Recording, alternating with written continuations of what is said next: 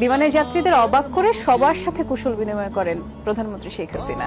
উৎফুল্ল যাত্রীদের কাছে এই বিষয়টি অনেকটা মেঘনা চাইতে অজতারায় বর্ষণের মতো। তুমি দেশে, তুমি দশে, তুমি আমাদের মতো কেউ।